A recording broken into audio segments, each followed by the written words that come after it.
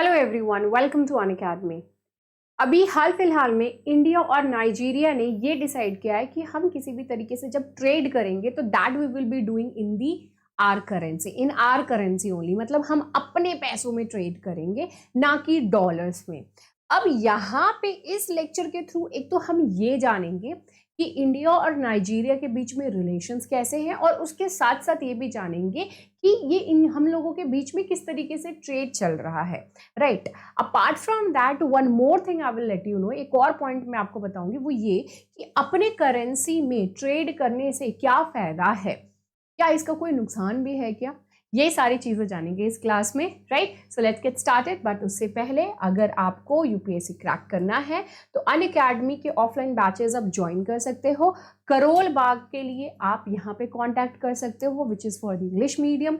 हिंदी माध्यम के छात्र यहाँ पर मुखर्जी नगर के लिए कांटेक्ट कर सकते हैं, वो हिंदी माध्यम के छात्रों के लिए पूरा गढ़ माना जाता है यूपीएससी की प्रिपरेशन के लिए। तो you can contact on this number, another one is this number and these numbers, and ये है प्रयागराज में भी हमारा लर्निंग सेंटर है, तो आप वहाँ पे भी ज्वाइन कर सकते हो। ओके तो चलिए स्टार्ट करते हैं इस पर्टिकुलर लेक्चर से। तो यहाँ पर आपको तो मैं पहले ये दिखा दूं कि इसमें क्या है। India Nigeria to expedite local currency settlement system pact to boost economic ties.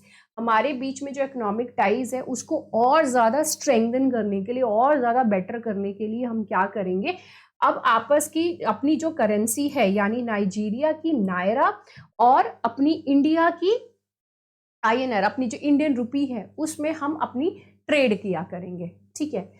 अब ये करेंसी सेटलमेंट का ये सारा चीज हुआ। यहाँ पे आपको दो इन्फॉर्मेशन मिल गया, दो इंडिया का तो आपको पता ही हो, वैसी बात है कि यहाँ पे है नायरा, यहाँ पे इनकी रुपी है नाइजीरिया की। अब ये नाइजीरिया भाई कहाँ पर है ना। आप इमेजिन करना चाहोगे ना कि भाई ये लोकेशन कहाँ पे पड़ता है, तो नाइजीरिया अफ्रीका में है, ठीक है। Here you can see, here is the Nigeria. आप यहाँ पे नाइजीरिया देख सकते हो अफ्रीका में, ठीक है। नाइजीरिया यहाँ पे है। इसकी अगर हम पड़ोसी देशों की बात करें, सबसे पहले तो आप एक चीज अपने ध्यान में रखिएगा कि ये लैंडलॉक्ड कंट्री नहीं है, ये अपना इसका कोस्टल एरिया है, राइट। ये अटलांटिक ओशन से अपना कोस्टल एरिया शेयर कर रहा है। इसकी पड़ोसी देश कौन से हैं, कैमरून है, शेड है, नाइजर है, बुर्किना फासो नहीं है, दिस बेनिन इज देयर, ठीक है। तो इसमें चार इसके कंट्रीज हैं, इसके पड़ोसी Cameroon, Chad, Niger and Benin. These are the countries जो कि इसके पड़ोसी देश है, ठीक है। अफ्रीका में आप एक चीज जरूर देख रहे होंगे कि सब हर कंट्री अफ्रीका में बहुत ज्यादा इंटरेस्टेड है। आप चाहे यूएस की बात करिए, आप चाहे यूरोपियन कंट्रीज की बात करिए, यूरोपियन कंट्रीज की, ठीक है। आप चाहे रशिया की बात करिए, ठीक है। आप चाहे चाइना की बात करिए या फिर इंडिया की बात करिए, हर कोई अपना इन्फ्लुएंस यहाँ पर बना करके रखना चाहता है, क्योंकि ये अफ्रीका एक ऐसी जगह है जहां पर कि मार्केट बनाना, everyone wants to make the market. ये सारी कंट्रीज की अपनी अपनी तरफ वो सपोर्ट चाहते हैं, बहुत ज्यादा वल्नरेबल भी है ये देश, तो हर कोई अपना एक इन्फ्लुएंस वहां पर बनाना चाह रहा है, एंड जियोपॉलिटिकल लेवल पे, मतलब इंटरनेशनल लेवल पे अपना एक प्रेजेंस बनाना चाह रहे हैं कि भाई हम खड़े हैं तो हमारे साथ इतने सारे लोग खड़े हैं, हम इतने सारे लोगों की हेल्प कर रहे हैं। तो इन्फ्लुएंशियल अपने आप को बनाने की कोशिश कर रहे हैं। Indirectly everyone wants to be a powerful country, तो उसके लिए पावरफुल बनने के लिए आपको मानने के लिए भी होना चाहिए कि हाँ भाई आप पावरफुल हैं, ठीक है। तो उस चीज के लिए everyone wants to be have the presence over here। आप सभी को पता होगा कि चाइना अपनी डेट ट्रैप यहाँ पर भी अफ्रीका में भी बहुत सारी कंट्रीज के साथ चला रखा है। अभी हाल फिलहाल में जब हम बुर्किना फासो का पढ़ रहे थे, बुर्किना फासो के बारे में जब मैं आपको बताई थी, जहाँ पे मसैकर हुआ है अभी इतने सारे लोगों का, ठीक है, तो वो बहुत ज्यादा इंपैक्टेड है किससे, टेररिज्म से, ठीक है। तो सेम चीज इज हियर ऑल्सो। इसके ये जो साहेल रीजन है, यहाँ पे जो साहेल रीजन आता है, तो साहेल रीजन के आसपास के जितने भी एरिया हैं वो सभी एरिया, स्पेसिफिकली ये जो रीजन है Burkina Faso and all, Chad, Sudan, ये सारी बहुत ज्यादा इंपैक्टेड हैं टेररिज्म से, ठीक है। तो ये सारे एरियाज बहुत ही ज्यादा वल्नरेबल है। दे वांट कि उनकी इकोनॉमी बहुत ज्यादा पैसा, उनकी इकोनॉमी अच्छा करे, वहाँ के लोग पॉवर्टी गरीबी में हैं तो उससे निकल करके बाहर आए। तो बहुत सारे उनकी भी चाहते हैं, एंड ऑब्वियसली बात है जो भी वहाँ पे हेल्प कर रहे हैं तो उनकी भी एक अपनी चाहत है। इसके अलावा बहुत सारे माइंस हैं तो वहाँ के रिसोर्सेज को यूज करना चाहते हैं लोग बाहर की countries. Okay, so this was the benefits and the things जो कि बेसिकली जा हो रही है पूरे दुनिया में, you know, conspiracy, everywhere is conspiracy. अभी हाल फिलहाल में 5 साल बाद जॉइंट ट्रेड कमेटी यहाँ पर मिली थे, दोनों ही आपस में बात किए थे, और यहाँ पर जब दोनों तरफ से जो कमेटी आई थी, बातचीत की, तो उन्होंने कहा कि भैया हम अपना बायलेटरल ट्रेड को बढ़ावा दें, जो कि बहुत ही ऑब्वियस सी बात है। हम अपने आसपास, बायलेटरल मतलब ये दो लोग, ठीक है, दो कंट्रीज के बीच का, जो हम दोनों कंट्रीज के बीच का ट्रेड को हम बढ़ावा देंगे और इस तरीके से काम करेंगे कि जो बेनिफिट्स हो वो म्यूचुअल हो, आपको भी बेनिफिट मिले, हमको भी बेनिफिट मिले, इस तरीके से काम करेंगे।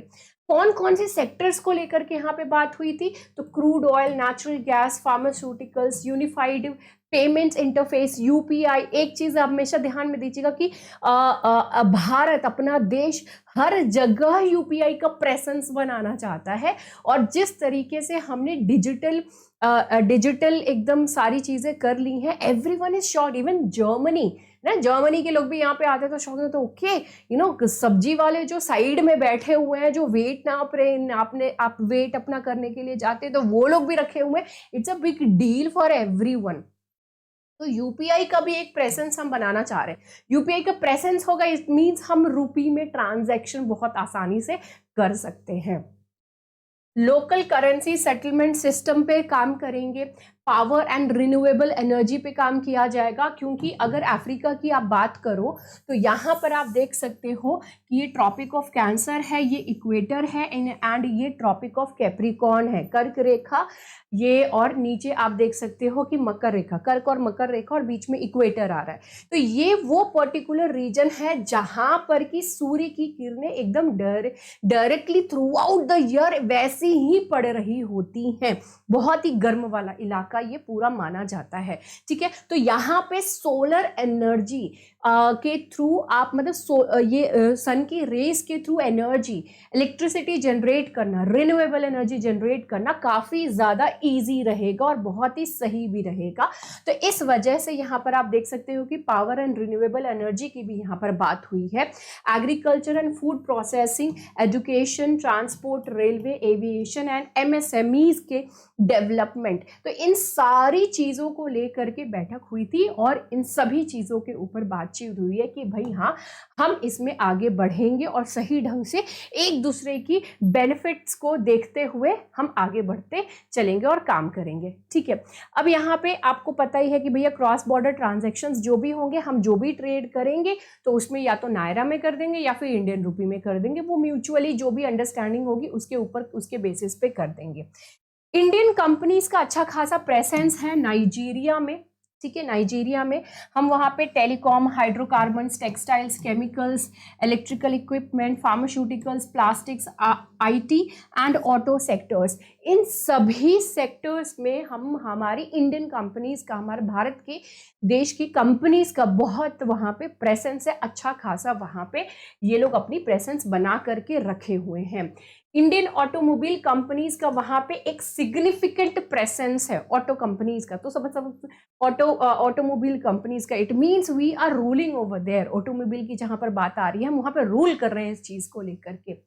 इंडिया जो मेन एक्सपोर्ट करता है नाइजीरिया को, तो उसमें बहुत सारी चीजें हैं, जिसमें से कि मशीनरी एंड इंस्ट्रूमेंट्स आते हैं, ड्रग्स है, फार्मा एंड फाइन केमिकल्स है, ट्रांसपोर्ट इक्विपमेंट है, इलेक्ट्रॉनिक गुड्स है, एंड उसके अलावा मैन्युफैक्चर ऑफ मेटल्स हैं। तो ये सारी चीजें हम उनको एक्सपोर्ट करते हैं, ठीक है। इंपोर्ट की ज्यादा ऑब्वियस सी बात है, म्यूचुअली बेनिफिट होना है ना। कोई भी देश ये थोड़ी चाहेगा कि भाई हम आपका सामान खरीदते जाते हैं, हम हमारा कुछ भी मत खरीदो तुम, ऐसा तो कोई देश नहीं चाहेगा ना, ठीक है। तो इंपोर्ट्स की यहाँ पे बात करें कि हम वहां से क्या मंगा रहे हैं, तो petroleum, crude oil products, non ferrous materials, would and would products, and इसके अलावा हम काजू भी मंगा रहे हैं, कैशू नट्स भी मंगा रहे हैं। तो ये कुछ चीजें हैं जो वहां से हम इंपोर्ट कर रहे हैं, और यहाँ से ये सारी चीजें हम भारत से बाहर की तरफ यानी नाइजीरिया को भेज रहे हैं।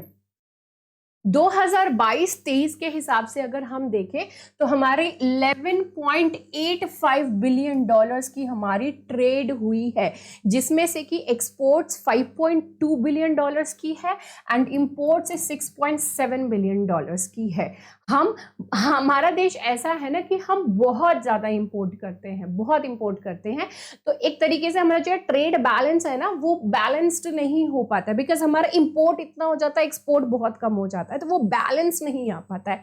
एक ही बार हमारा बैलेंस हुआ था, ठीक है, otherwise every time it's like this only. Import दुनिया भर का है और एक्सपोर्ट हम बहुत ही कम करते हैं। ट्रेड की अगर हम बात करें 2021-22 में तो ये 15 बिलियन डॉलर्स थे, तो पहले ये 2022-23 में थोड़ा सा कम हुआ है, लेकिन 21-22 में 15 बिलियन डॉलर्स थी, नहीं 15 डॉलर्स नहीं, 15 बिलियन डॉलर्स थे। अब यहाँ पे मैं आपको एक चीज बताना चाह रही थी कि भाई हम हमेशा क्यों चाहते हैं कि अपनी ही करेंसी में हम ट्रेड करें, इसके पीछे का क्या रीजन है। देखो काफी टाइम, अच्छा अभी हाल फिलहाल में ही आपको एक बात आई वॉज टेलिंग, पाकिस्तान के बारे में जब हम बात कर रहे थे कि पाकिस्तान, अभी एक लेक्चर मैंने कवर किया था जिसमें कि पाकिस्तान इज़ लाइक कि IMF को भाई थोड़ा सा हेल्प कर दो ना मेरा, ठीक है, तो they are doing like that, हमारा हेल्प कर दो। कितना, लगभग 6 बिलियन डॉलर्स का उन्होंने हेल्प मांगा था, लेकिन उतना नहीं मिला, कम ही मिला। खैर, तो डॉलर्स, ठीक है, जब भी आप किसी तरीके की ट्रेड की बात करते हो, कभी भी किसी तरीके की व्यापार की बात करते हो, तो वहां पे हमेशा ट्रेड किस चीज में करने की बात चल रही होती है, तो डॉलर्स में चल रही होती है कि भाई ये जो भी हमारा ट्रेड होगा वो डॉलर्स में होगा। इससे क्या है कि हमको डॉलर्स का रिजर्व अच्छा खासा बना करके रखना पड़ता है। व्हाट इफ कि डॉलर का रिजर्व जो है हमारे पास अच्छा नहीं है। यही मैं पाकिस्तान के ही केस से आपको समझाती हूँ कि पाकिस्तान के पास जितने रिजर्व्स हैं इंपोर्ट करने के लिए, अपनी इकोनॉमी चलाने के लिए, वो सिर्फ एक हफ्ते ही तक चलेगी, क्योंकि उनके पास पैसा नहीं है, डॉलर्स नहीं है उनके पास, they can not survive, right. So that is the thing. अगर आप ट्रेड अपने पैसे में करते हैं, आपकी जो अपनी करेंसी है उसमें करते हैं, आपकी करेंसी की अपने देश में किसी तरह की कोई कमी नहीं हो सकती, आप जब मर्जी उसको आप प्रिंट कर सकते हो, ठीक है। वो बाकी और भी बहुत सारे समीकरण होते हैं, बट अभी हम एकदम सिंपल तरीके से समझते हैं, ठीक है। तो उसमें आपके पास पूरी भरमार रहती है। अगर किसी तरीके की डॉलर की जो वैल्यूएशन है वो कम भी हो जाता है, वो हॉट करेंसी बन जाती है। हॉट करेंसी का मतलब ये हुआ कि जिसकी सबसे ज़्यादा डिमांड है, तो डॉलर्स की कितनी भी डिमांड बढ़ जाए हमको कोई फर्क नहीं पड़ेगा, क्योंकि हम ट्रेड किस में कर रहे हैं, हम ट्रेड कर रहे हैं अपने पैसे में। अगर इसकी कमी भी आ जाती है, अगर ये कम भी हो जाता है पूरी दुनिया में, तो हमको उससे कोई फर्क नहीं पड़ेगा। डॉलर्स यानी कि वेस्टर्न कंट्रीज, यानी कि यहाँ पे US डॉलर्स में ही हमेशा बात होती है, तो अगर कभी सैंक्शन लगाता है US, तो उससे भी हमको कोई फर्क नहीं पड़ेगा, क्योंकि हम डील किस में कर रहे हैं, अपने पैसे में कर रहे हैं। इसका बहुत अच्छा एग्जांपल आपके लिए हो जाएगा रशिया। मॉस्को के साथ हमने डील किया, वहां पे सैंक्शन लगाया US ने, हमको कोई फर्क नहीं पड़ा, हम वहां से क्रूड ऑयल एकदम बेधड़ल्ले से खरीद रहे थे और हमको बिलियंस ऑफ डॉलर्स का हमको फायदा हुआ है। कैसे फायदा हुआ, हम रुपये में वहां पे डील कर रहे हैं, हम अपने पैसे में उनके साथ डील कर रहे हैं, UPI भी चल रही है, मस्त पैसे से हम लोग अपना क्रूड ऑयल खरीद रहे हैं वहां से, एंड हमारी इकोनॉमी को उस चीज से बेनिफिट मिल रहा है, ठीक है। तो आप समझ सकते हो कि अपने पैसे में डील करने से बाहरी किसी तरीके का कुछ भी होता है उससे हमको कोई फर्क नहीं पड़ेगा। इसी वजह से इंडिया अपने पैसा, यानी इंडिया, भारत, अपना देश अपने रुपये का प्रेजेंस हर जगह बनाने की कोशिश कर रहा है, कोशिश कर रहे हैं कि भाई हम डील करें, हम ट्रेड करें तो अपने पैसे में करें। नाइजीरिया कोई बहुत बड़ा देश नहीं है, कोई इसका दुनिया में बहुत बड़ा इन्फ्लुएंस नहीं है, बट वो कहते हैं ना कि बूंद बूंद से सागर भी भर जाता है, गागर भर जाता है ना। तो ये वही चीज है कि एक एक छोटा छोटा स्टेप लेते लेते हमारे रुपये को हम स्ट्रांग बनाते जाएंगे, उसकी प्रेजेंस बनाते जाएंगे, और इससे क्या होगा, ऑब्वियस सी बात है कि जो हमारी रुपये है उसकी वो स्ट्रेंथन होगी, उसका वो उसी तरीके से प्रेजेंस होगा जिस तरीके से डॉलर। आज के डेट में आप देख सकते हो कि डॉलर के साथ साथ ये यूरोप में यूरो का भी बहुत ज्यादा डिमांड रहता है, उसकी भी वैल्यू बहुत ज्यादा रहती है, ठीक है।